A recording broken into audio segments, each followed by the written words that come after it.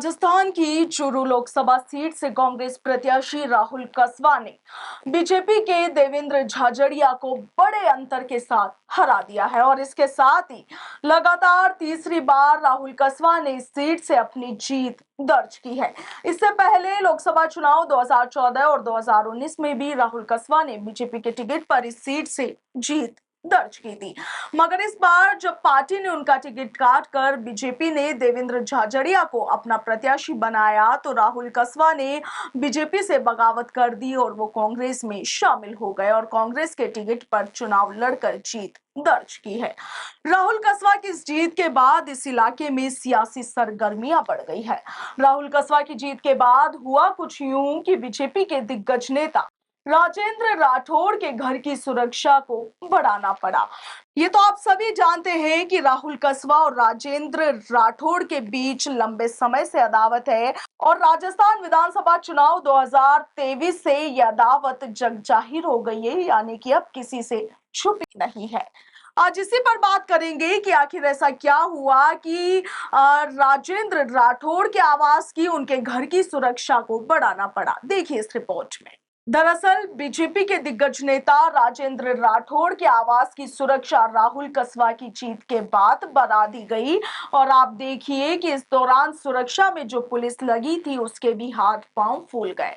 दरअसल लोकसभा चुनाव के नतीजों के बाद कांग्रेस के राहुल कसवा ने विजय जुलूस निकाला था। जुलूस में काफी संख्या में युवा और कसवा के समर्थक शामिल हुए। 3 डीजे के साथ ये जुलूस निकाला गया और ये जुलूस राजेंद्र राठौड़ के चूरू स्थित सैनिक बस्ती स्थित निवास के सामने से जाना था, जिसे देखते हुए स्थानीय पुलिस प्रशासन ने राठौड़ के घर की सुरक्षा के लिए डीवाईएसपी के नेतृत्व में जाप्ता लगाया गया।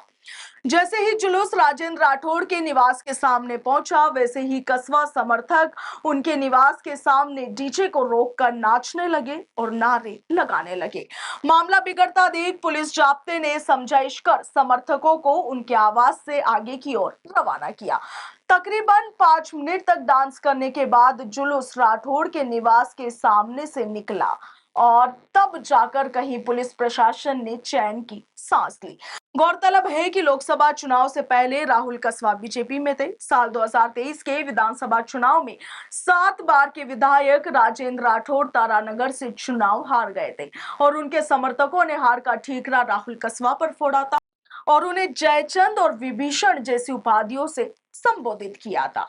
और इसके बाद लोकसभा चुनाव में राहुल कसवा का टिकट काट दिया गया, जिसके बाद इसके पीछे राजेंद्र राठौड़ को बड़ी वजह बताया गया।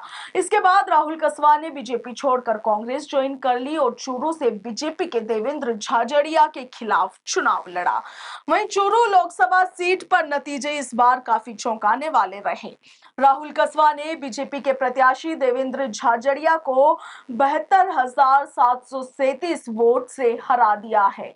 कांग्रेस के राहुल कसवा को 7,28,211 वोट हासिल हुए, तो वहीं भाजपा के देवेंद्र झाझड़िया को 6,55,474 वोट मिले हैं। आपको बता दें कि इस सीट पर लोकसभा चुनाव 2019 में राहुल कसवा ने कांग्रेस के प्रत्याशी रफीक मंडेलिया को 3,34,402 वोट से शिकस्त दी थी। इस चुनाव में बीजेपी की ओर से देवेंद्र झाझड़िया और कांग्रेस की तरफ से राहुल कसवा चुनावी मैदान में थे। दोनों प्रत्याशियों के बीच कड़ी टक्कर बताई जा रही थी, मगर अंतिम परिणाम कांग्रेस के पक्ष में आए हैं। Bureau report, Punjab Kesari, Rajasthan.